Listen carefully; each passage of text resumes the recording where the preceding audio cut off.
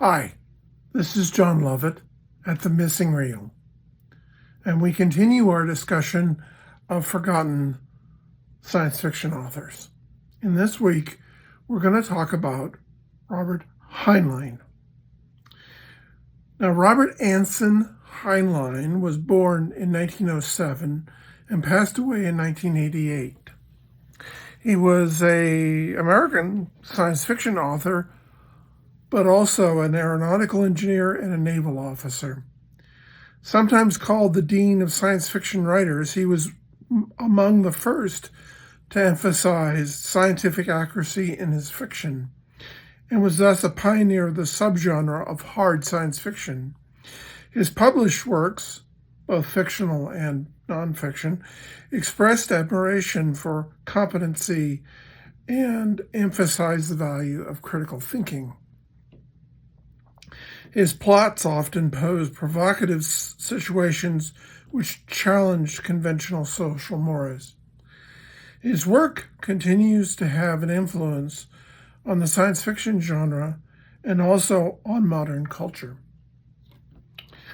Heinlein was one of the first American science fiction writers to break into the mainstream magazines such as the Saturday Evening Post in the late 1940s.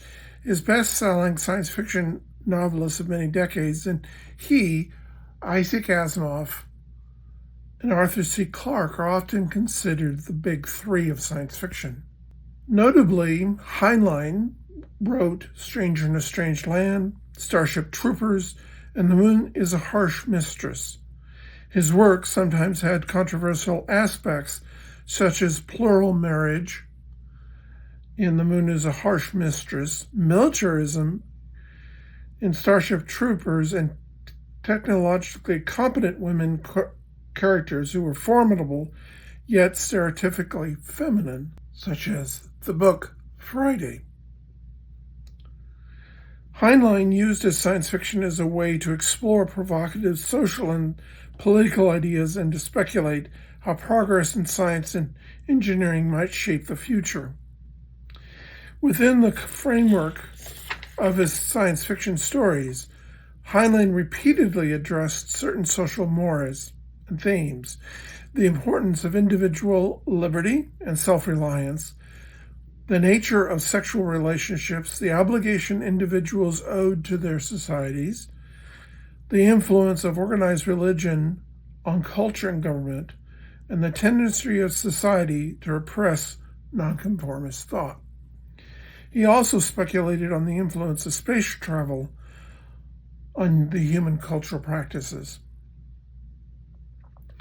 Heinlein was heavily influenced by the visionary writers and philosophers of his day, but Heinlein was named the first science fiction writer's Grand Master in 1974.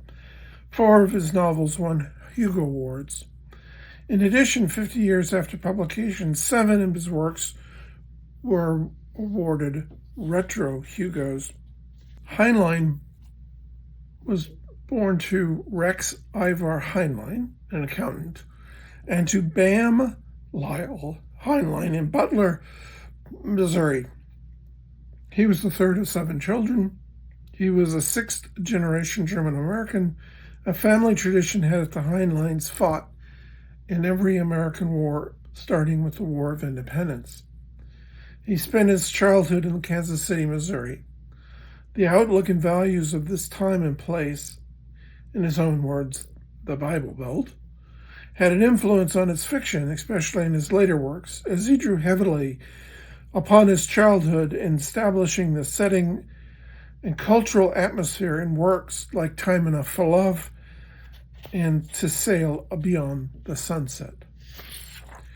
In 1910, Return of Halley's Comet inspired the young child's lifelong interest in astronomy. In January 1924, he lied about his age. He was 16. And he enlisted in Company C, 110th Engineer Regiment of the Missouri National Guard. Well, he used this as a stepping stone to the U.S. Naval Academy at Annapolis. His experience in the United States Navy exerted a strong influence on his character and writing. In 1929, he graduated from the Naval Academy with the equivalent of a Bachelor of Arts in Engineering. At that time, the Naval Academy didn't give college degrees. The U.S. Navy commissioned him as an ensign shortly after his graduation. He advanced to lieutenant junior grade in 1931 while serving aboard the new aircraft carrier USS Lexington, where he worked in radio communication, a technology that had been invented prior to World War I, but it was still in its early stages. In 1929, Heinlein married Eleanor Curry of Kansas City, but the marriage only lasted a year. His second marriage to Leslyn MacDonald in 1932 lasted 15 years, but in 1948, he married Virginia or Ginny Gerstenfeld. Soon after, they set up housekeeping in the Broadmoor district of Colorado Springs, Colorado, in a house that Heinlein and his wife designed. They would remain married until Heinlein's death. After his discharge from the Navy, Heinlein attended a few weeks of graduate classes in mathematics and physics at UCLA, but he soon quit. He supported himself by several occupations, including real estate sales and silver mining, but for some years found money in short supply. But at the same time, he created science fiction stories with social commentaries about relationships. He created Juveniles, starting in 1947, but in 1958 he interrupted work on The Heretic, the working title Stranger in a Strange Land, to write and publish a book exploring values of civic virtue, initially serialized as Starship Soldiers, and then in 1959 he completed his novel, now called Starship Troopers. He wrote a series of challenging books that redrew the boundaries of science fiction, including Stranger in a Strange Land, which came out in 1961, The Moon is a Harsh Mistress. Beginning in 1970, Heinlein had a series of health crises, including peritonitis. He really didn't write for about 5 years. But after his recovery, and also his blood type, he had a rare blood type. It was it was A2 negative. As soon as he was well enough to write again, he began work on Time Enough for Love, which came out in 1973. In the mid-1970s, Heinlein wrote 2 articles for the Encyclopedia Britannica Compton yearbook. He and Ginny crisscrossed the country helping to reorganize blood donation in the United States in an effort to assist a system that had saved his life. In 1980, Robert Heinlein was a member of the Citizens Advisory Council on National Space Policy, chaired by Jerry Pournelle, who was also a noted science fiction author, and they met at the home of Larry Niven in Los Angeles to write space policy papers for the incoming Reagan administration. Policy recommendations from the council included ballistic missile defense concepts, which were later transformed into what was called the Strategic Defense Initiative. Heinlein assisted with council contribution to the Reagan SDI in the spring 1983 speech.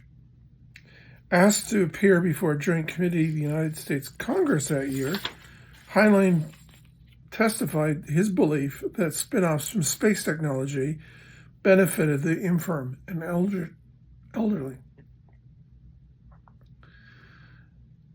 Now, during this time, he had surgeries on his carotid artery, and the surgical treatment re-energized him, and he wrote 5 novels from 1980 until he died in his sleep from emphysema and heart failure in 1988. Heinlein's first novel, the first novel that he published, was Rocket Ship Galileo. But he decisively ended his juvenile novels with Starship Troopers. Heinlein's novel Podkayne of Mars was serialized in If.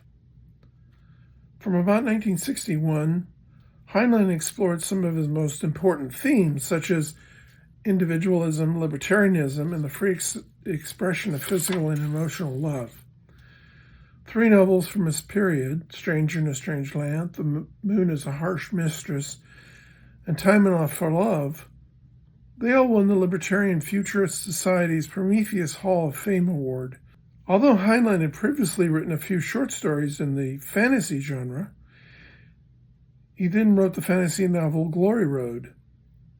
In Stranger in a Strange Land and I Will Fear No Evil, he began to mix hard science with fantasy, mysticism, and satire of organized religion.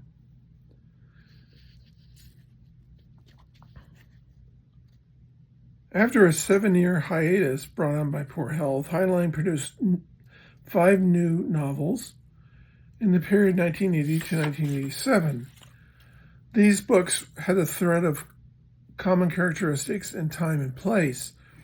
The most explicitly communicated Heinlein's philosophies and beliefs, and many long didactic passages of dialogue and exposition deal with government, sex, and religion. Heinlein's 4 Hugo Awards were all for books written during this period. Most of the novels from this period are recognized by critics as forming an offshoot from his Future History series, but they're still considered part of the world as myth. In the 1982 novel Friday, a more controversial adventure story, borrowing a character and backstory from an earlier short story, Gulf, who contained suggestions of connecting to The Puppet Masters, another book he wrote. Again, a reasonably successful movie. Contained a Heinlein theme of expecting what he saw as the continued disintegration of Earth society to the point where a title character is strongly encouraged to seek a new life off-planet. It concludes with a traditional Heinlein note that freedom is to be found in the frontiers. Edward R. Murrow hosted a series on CBS Radio called This I Believe, of which Heinlein was asked to include a short piece. And he broke with normal trends, stating that he believed that his neighbors, community, and towns across America that share the same sense of goodwill and intentions as his own, went on to say that the same philosophy applied to the United States and humanity in general. I believe in my fellow citizens. Our headlines are splashed with crime. Yet for every criminal, there are 10,000 honest, decent people.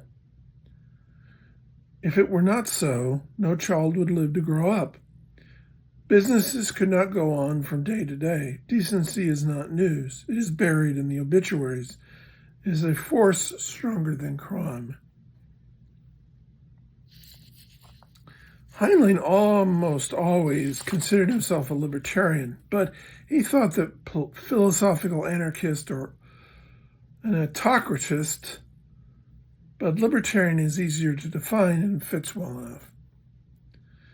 Stranger in a Strange Land was embraced by the 1960s countercultures, and libertarians have found inspiration in The Moon is a Harsh Mistress. Both groups have found resonance with their themes of personal freedom in both thoughts and actions. His early novels were ahead of their time both in their explicit rejection of racism and their inclusion of protagonists of color.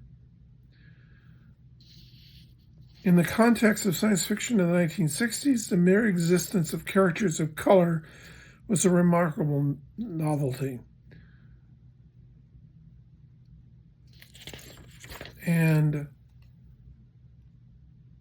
this will end our discussion of Robert Heinlein for this week.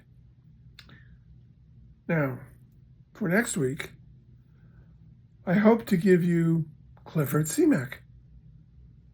All right? Thank you.